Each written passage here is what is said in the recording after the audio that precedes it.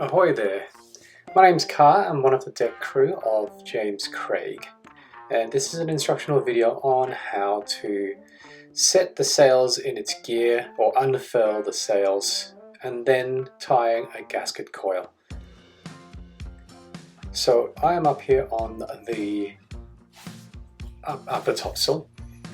Unfortunately, when I recorded this, my microphone wasn't working, so I'm doing a voiceover here. So here I am up on the upper topsail, and we have a few crew on the starboard side where I'm on, well, one, and a couple on the other side on the port side as well. So I'm just casting off the gasket at the moment, and it's only when I was looking back at the video as I'm doing this that I realized that I didn't at that time realize that the previous person had made a mistake in how they furled and tied up the gasket. So it should be that the gasket, which is that rope that's in front of me at my chest, I'm holding on to the jackstay, that's the black steel rod, and that has the gasket coil attached to it. It should be in front, leading over the front part of the yard. So now that we've got all the gaskets released, we can now push the sail over the fore part of the yard, and that gasket should actually be dangling in front of the yard. At the moment it's been actually, someone had pulled it back over the yard, and toward the back part of it should actually be in the front part of it. So in a little while I'll realize that I had the error, and I will have to then feed the gasket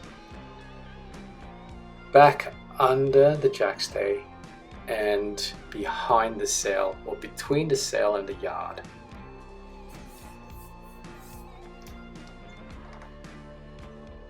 So the sail is now set in its gear. Its gear refers to the buntlines, which is that line that's on my right shoulder, as well as a leech, if there is a leech line. And that's what's keeping the sail from being fully deployed. So I'll continue to feed the gasket between the sail and the yard. Clay's going to come over and give me a hand. He's going to try and pull it from under the yard, and after that he'll have to pass it under the yard, and then behind the yard, up and between the yard and the safety line that's at the back, and then I'll pass it through and sneak it through between the jackstay and the boat rope that's above the top edge of the sail. You don't want to include the safety line because it'll make it more difficult if you need to get up, come back up on the yard and progress your way outwards. So here it is, feeding it from under the jackstay and over the sail. So now I'm going to start making the gasket coil.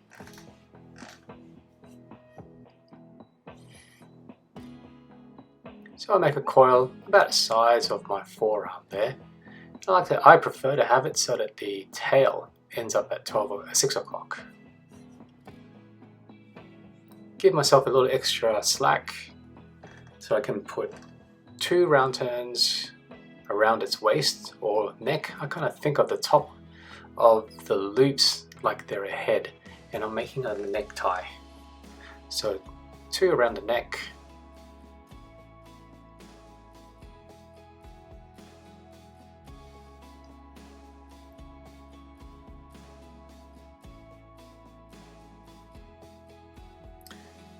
put the loops back together, and then I will then feed a bite of the rope that's making a little loop and pushing it through the head, through the loops there,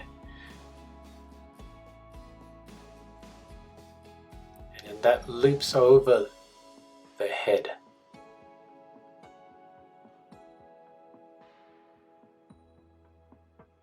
and it sort of like forms a tie.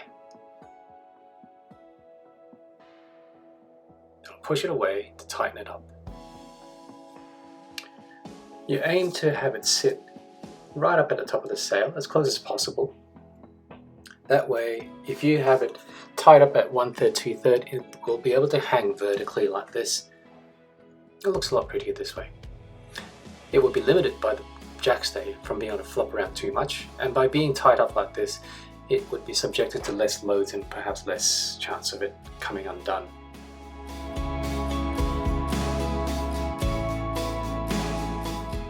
If we have to look at the other gasket coils, hanging it down a little bit lower, but still to be limited by the jackstay, and that's the important part. And that's how you set a sail in its gear, or having it unfurled, and the gaskets coiled. We're now going on our day sail on 12th of January 2025.